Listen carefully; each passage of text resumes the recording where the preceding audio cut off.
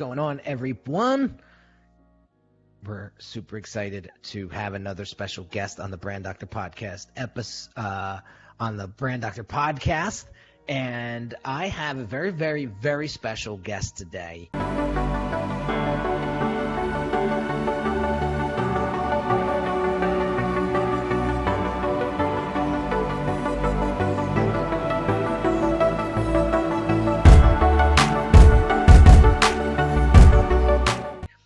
Her name is Lorraine, regularly from Wording Well.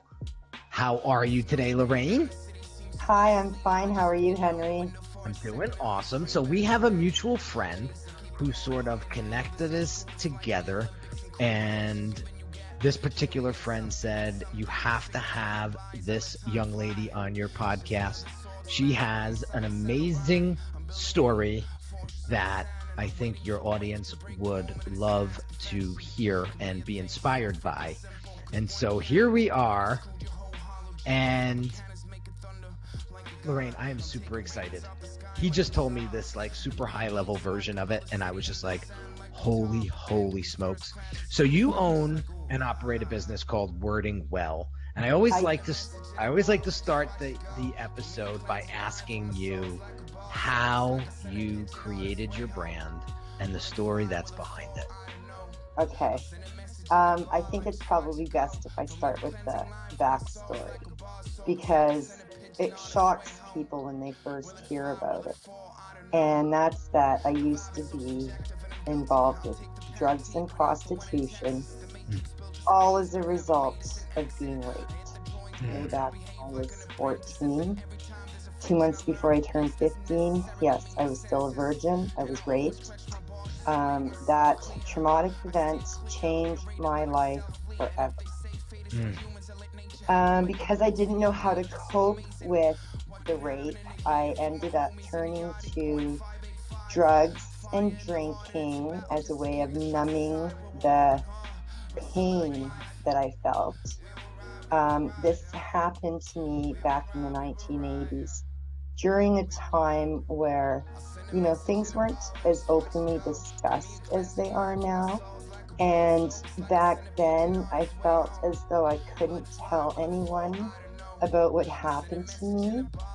So I kept it all inside and I tried to deal with it by myself. And I couldn't.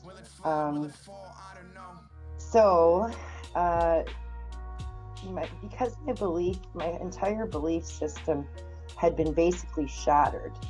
I ended up, I quit school, I turned to drugs, I turned to drinking, I started looking for love in all the wrong places, becoming promiscuous and sleeping around.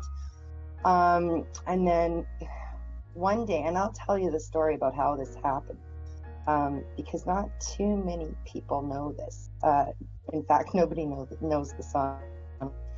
So you'll be the first to broadcast the exclusive story about how I got involved with prostitution. I was hitchhiking downtown one day. I was waiting for the bus, and I decided to stick my thumb out faster, and anyhow, the guy that picked me up made me an offer that I couldn't refuse.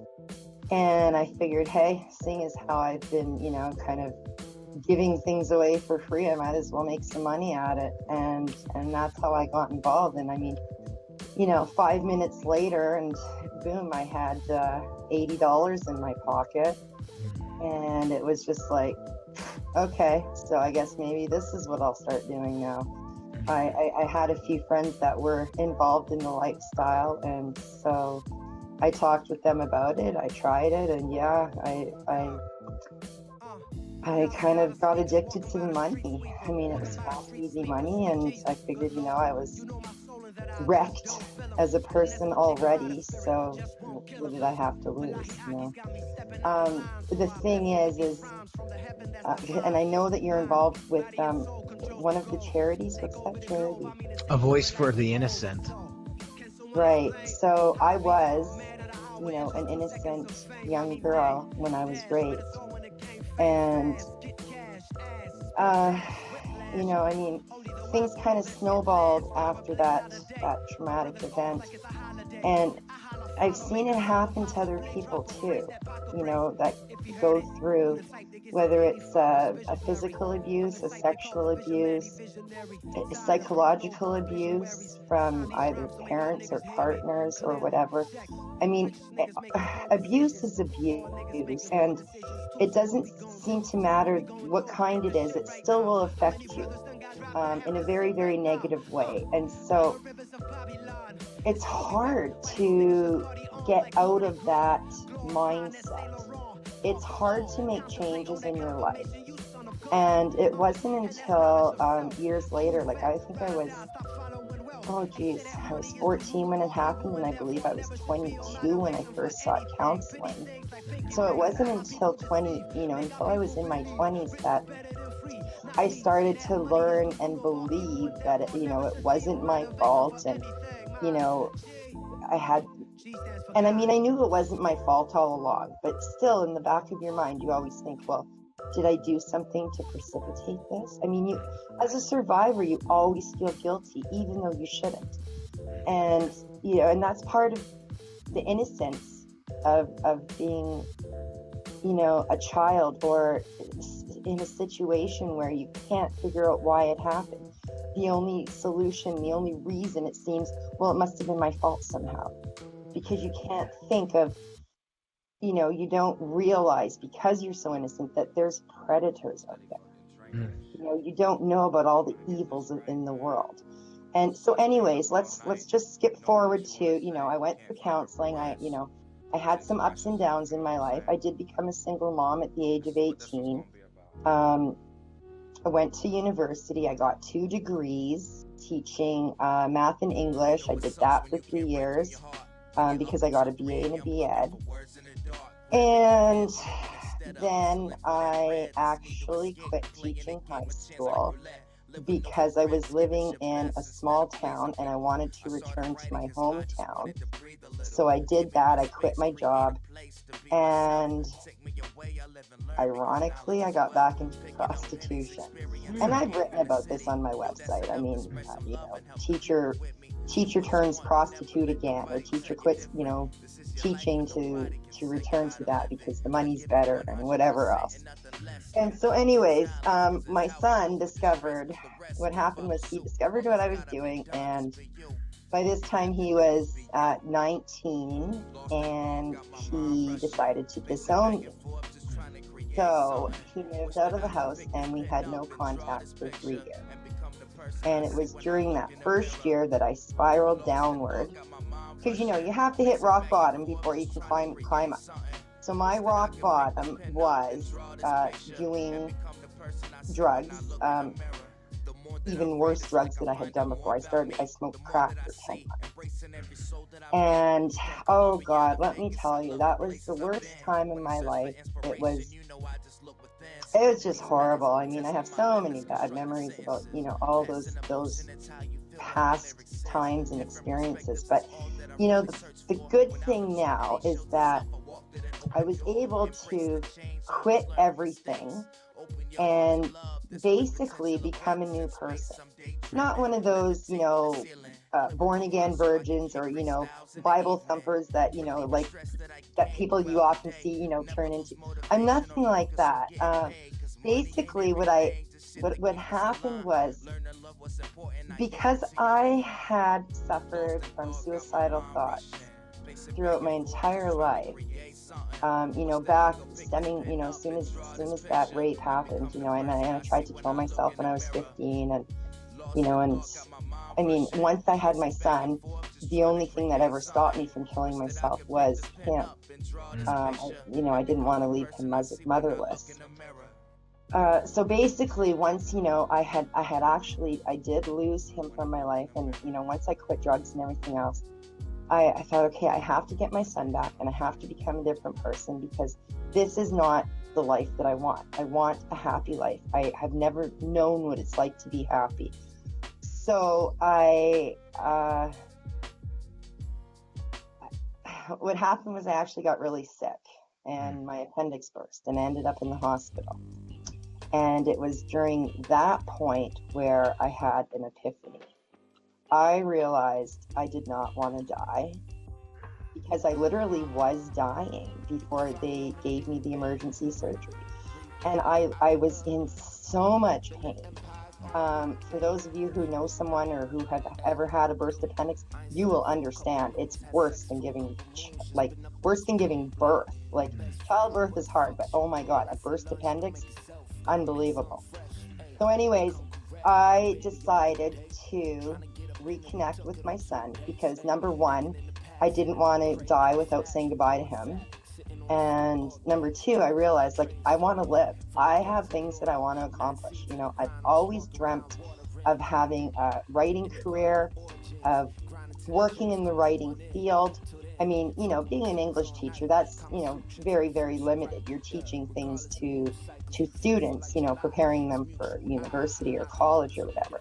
But it's not actually, you know, it wasn't actually doing what I wanted. And so I did reconnect with my son, and he, just by talking to me, he could tell that I was no longer on drugs.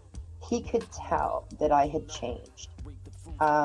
So we ended up reestablishing our relationship with one another, repairing it, and he helped me to continue to move forward. And it's all because of my son. And something he said to me that Christmas when we reconnected, he's like, I asked him what he wanted for Christmas, and he's like, Mom, don't get me anything, just buy yourself something unique. And even though I got him presents, I listened to what his advice was, and I thought, well, what do I need? I don't need anything. So I went out and I bought the 2013 Writer's Market book, because I had written a book when I was in university, and my professor encouraged me to get it published because it was the top book that, like, I received 90% grade on it, and it was the top scoring mark in her class out of everyone who submitted books. And she's like, Lorraine, you really have to share this with everybody. You have to get it published. So the Writer's Market lists all of the publishers in Canada and the US, some international ones too. And so I started doing some research on that.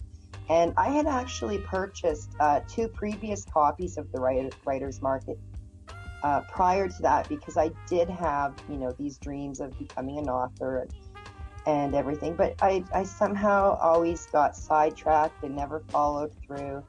You know, life got in the way. I was taking care of my son, doing whatever else I was doing, working and whatnot. But when I read the 2013 Writer's Market, it said that authors are now expected to promote their works through social media as well as blogs, websites of. I'm like, oh my goodness, okay, technology's really come a long way. And I mean, I didn't even own a computer at that point. So, but I'd always wanted a laptop, so I went out and I bought a laptop. And I learned about blogging, and 4 days later I started my blog. And it was at that time just a free one on WordPress.com. And then I decided to, you know, just dive into blogging and learn everything I could about it. And fortunately for me, because I've always been good at reading and teaching myself things, like I'm a self-learner. So I learned all about that. I learned about self-publishing.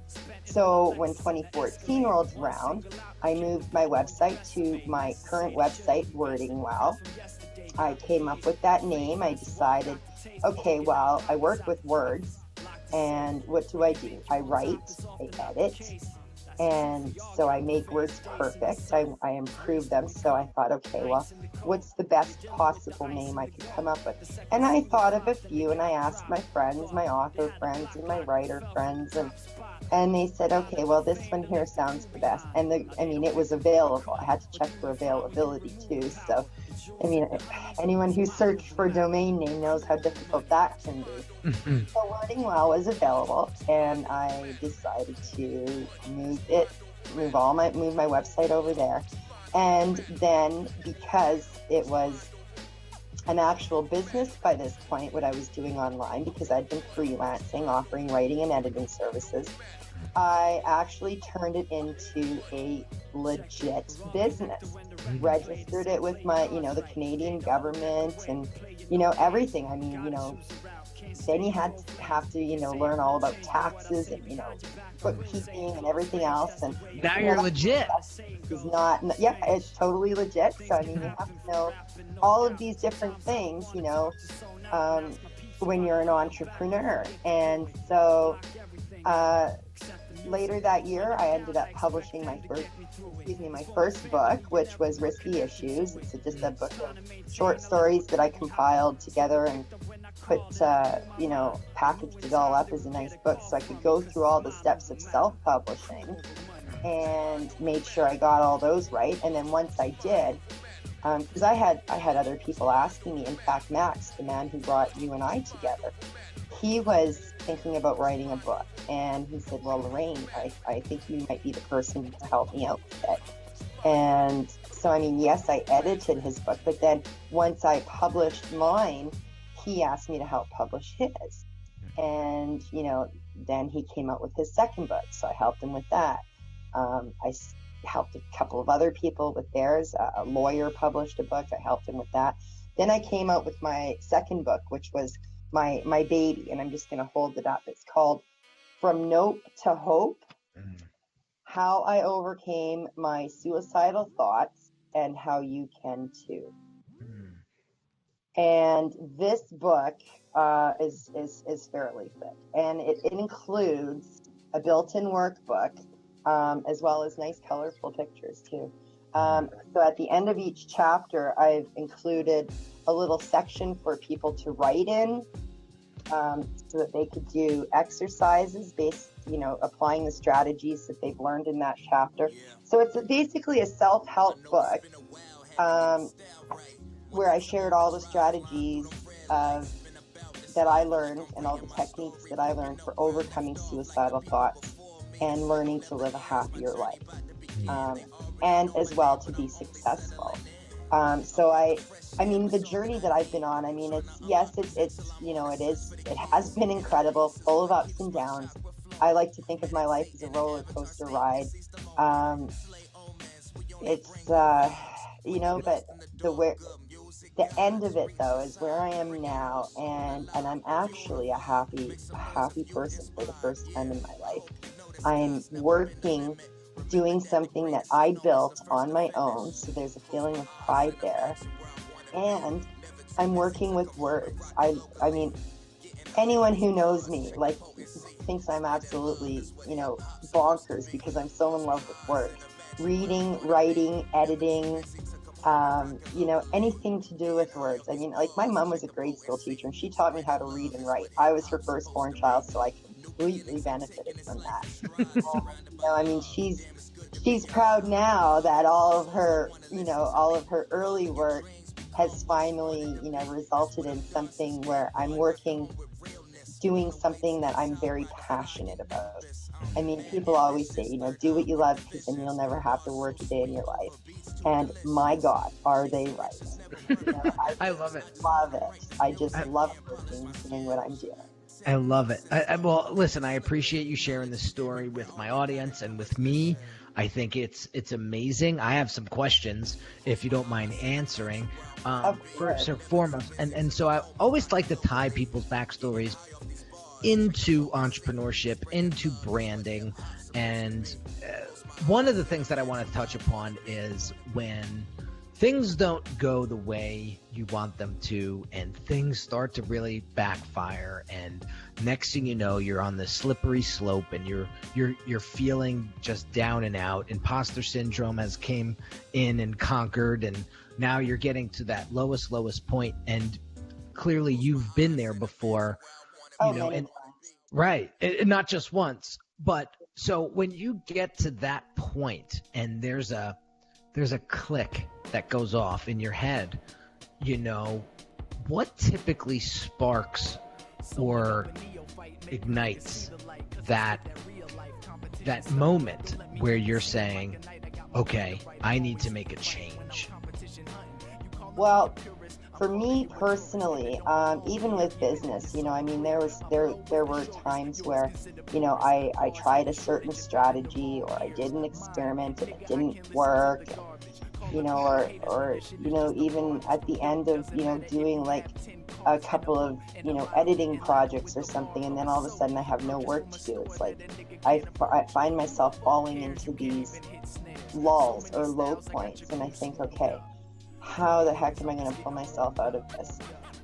But what I have learned is I've recognized that these are just feelings, and it's how you react to these feelings or to these situations that makes the difference.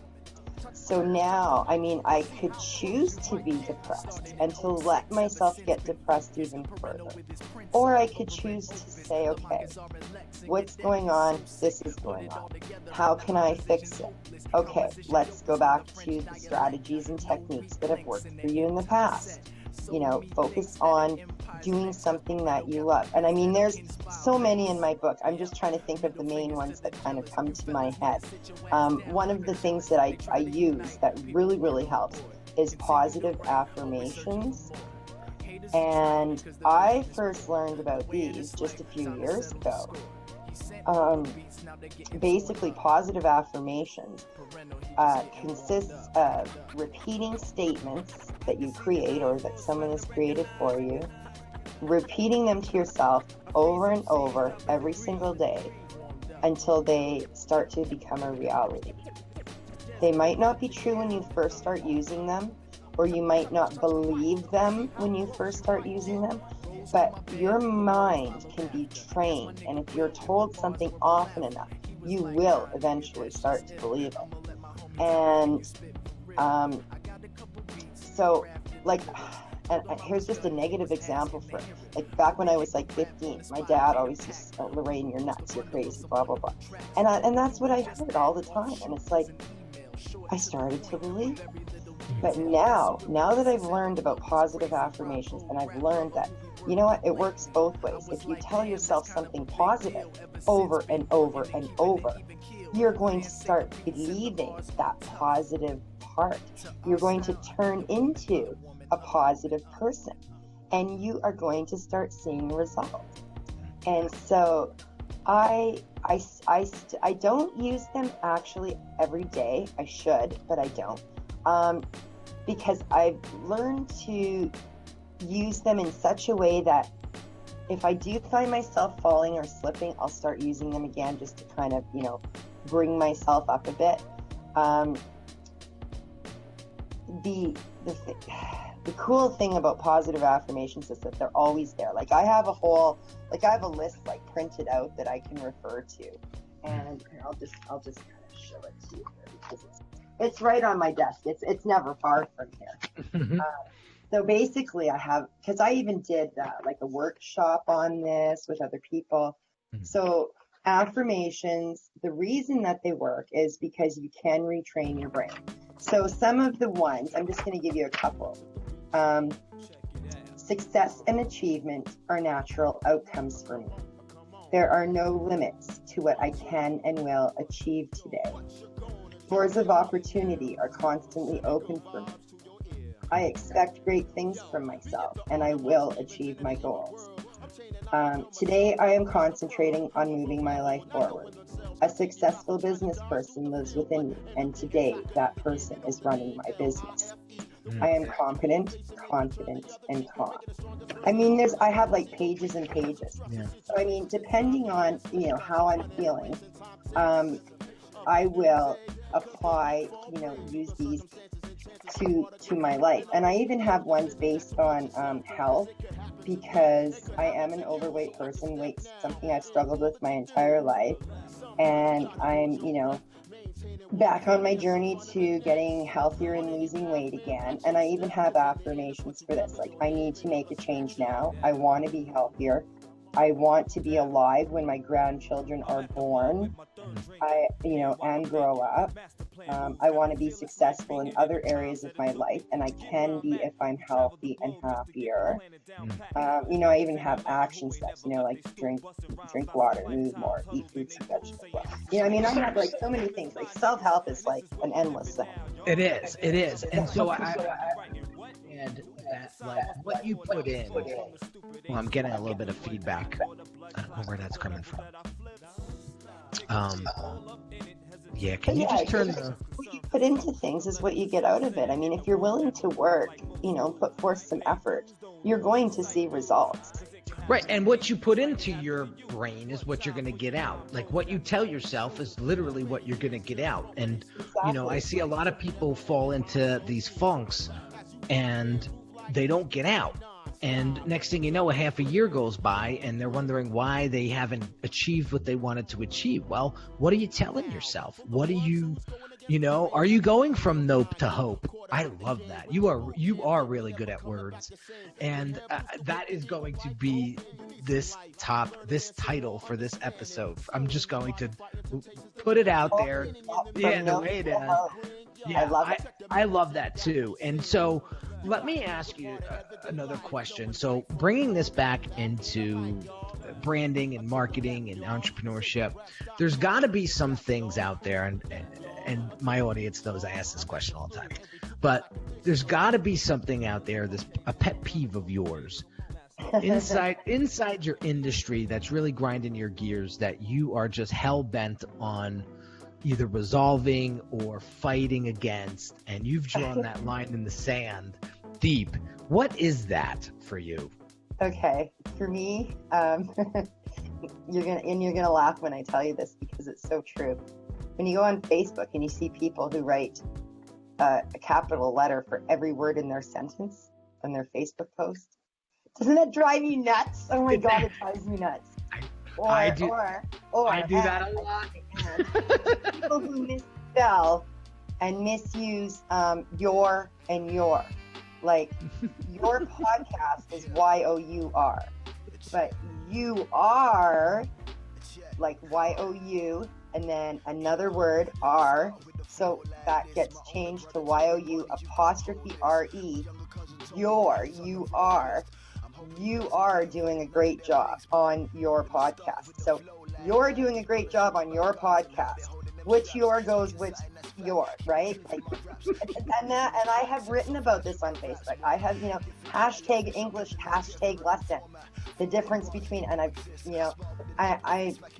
let's talk about this for a second. These are basically based around words. Well, it makes sense. It totally makes sense because right. you are quite the wordsmith. And this week we're talking about brand reputation, on the show. And what happens? I've been called out for it. I raise my hand. I'll be the first to tell you that my grammar is not the best. My wife is a tremendous writer, and so she cringes sometimes when I put things together. And then I just said, you know what? I need to hire somebody to do this for me. Because I'm like, So we're talking about brand reputation this week, and now there's entrepreneurs out there, there's personal brands out there that are posting content and they're misusing grammar. They're not using the right your versus you are. They're capitalizing every word in every sentence. So clearly, for somebody like you who's got the eye for grammar, may look at them and say, this guy's or this gal's incompetent, or now you're questioning their competency because that's so true. And I was giving Max shit about this, like probably 5 times in this past like 12, 13 months, because he is a great writer. And he's blind. He's blind. When he goes on social media, because I know he's blind, but that's no excuse. It's no excuse for for laziness. He can type, and he knows how to capitalize a word, and he knows how to put a period, and he knows how to hit the enter key. So just because he's blind doesn't mean he's stupid. No, okay? I didn't say that. I love it. talented, brilliant guys, most loving, helpful, amazing people. I mean, he's like one of my mentors. Honestly, I mean, I met Max in a blog comment on a guest post I wrote, and he mentioned he was blind, and I was like, how are you doing this if you're blind? How are you reading articles on the internet? How are you blogging? How are you running a business? You're blind. And I ended up doing like a huge interview with him. And actually, if you Google interview with a blind man, Wordingwell is the first link that pops up. Like, he is amazing, that guy. Awesome. And so I can't wait to have him on the show. I started giving him shit, and now he is posting. And the reason I said, Max, if you want people to think that like you're a professional writer, and if you want people to buy your books, and if you want people to take you seriously, you have to show yourself properly online. Anything that you write, you're being judged. Make sure you capitalize your sentences. Use periods. Try and, instead of making everything one long paragraph, hit the enter key a couple of times. I mean, he doesn't mind when I give him shit now, because like he'll say, oh yes, right, yes, I have to remember this. And I've drilled it into his head now, because that's been so many times. Now, if you go to his social media, whether it's Facebook or Twitter or whatever, even his emails are excellent. You'll see everything now. He's actually listened to me, because, I mean, he knows it's going to affect his sales. He knows it's going to affect how other people view him. And, I mean, he has the podcast, What's Your Excuse? And, I throw it right back at his face. I'm like, what's your excuse? Just because you're blind, like, doesn't mean, like, you're allowed to be lazy. And he, yeah, Lorraine, you're right, because everything else I do with, the utmost, perfection as humanly possible. And I said, yeah, Max, like, you really have to watch what you're doing. And so now, I mean, I'm so grateful that he's not only listened to me, but he will go out of his way to brag about me as his editor. Not just his editor and his author assistant, but like just as a friend, as a person. And, I mean, like I said, like that's how you and I met, because he was saying like, you really got to like talk to Lorraine. Yeah. And I mean, I appreciate everything that he says about me. I mean, he's just such an amazing person.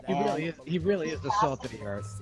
He has such a good heart. I mean, he pays everything forward to like there's no tomorrow. He does. And and that's what I try and do too. I mean, I'm always talking about, like, when I do podcasts with other people, I'm always mentioning him in his books. I mean, mostly because he's been my I don't know how to. I'm a wordsmith. He's a super fan. Trying to come up with this word. Long-time client. I mean, I've been working with him for like 4 years now. So the longest standing client, I guess you could say.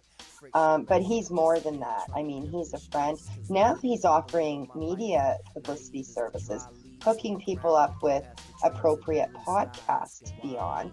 And so I hired him to be I'm his client now, because he's doing this as a service for other people. And that's how you and I actually met, is through him that way. So I gotta just keep track of time here, and I want to turn the corner and sort of wrap this up. And so I want to highlight just a couple of things that I got from today's episode, and I sort of just want to tie them up in a nice little bow and kind of share with my audience and what I got out of this episode. And one of the things that I see is that, when you went from rock bottom to a beautiful life, and you were able to do that by taking action.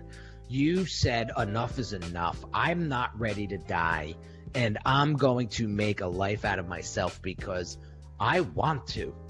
And so that takes a lot of courage. It takes a lot of strength. It takes a lot of perseverance. And I haven't experienced I've experienced some similar things that you've experienced in your life. One being sexual abused as a child, as a 10 and 11-year-old boy.